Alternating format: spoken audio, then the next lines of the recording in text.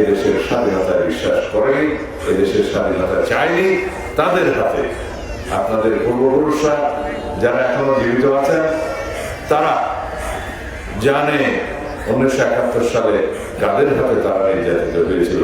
সেরকম একটি ধর্মভিত্তিক রাজনৈতিক দল আজকে নবরূপে নির্বাচনে দাঁড়িয়েছে।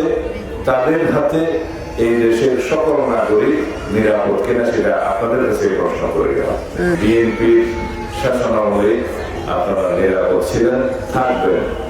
আমাদের দলের প্রতিষ্ঠাতা শহীদ রাষ্ট্রপতি জিয়াউর রহমান এদেশের সকল ধর্মাবলম্বীদের ধর্মীয় স্বাধীনতা নিশ্চিত করেছেন।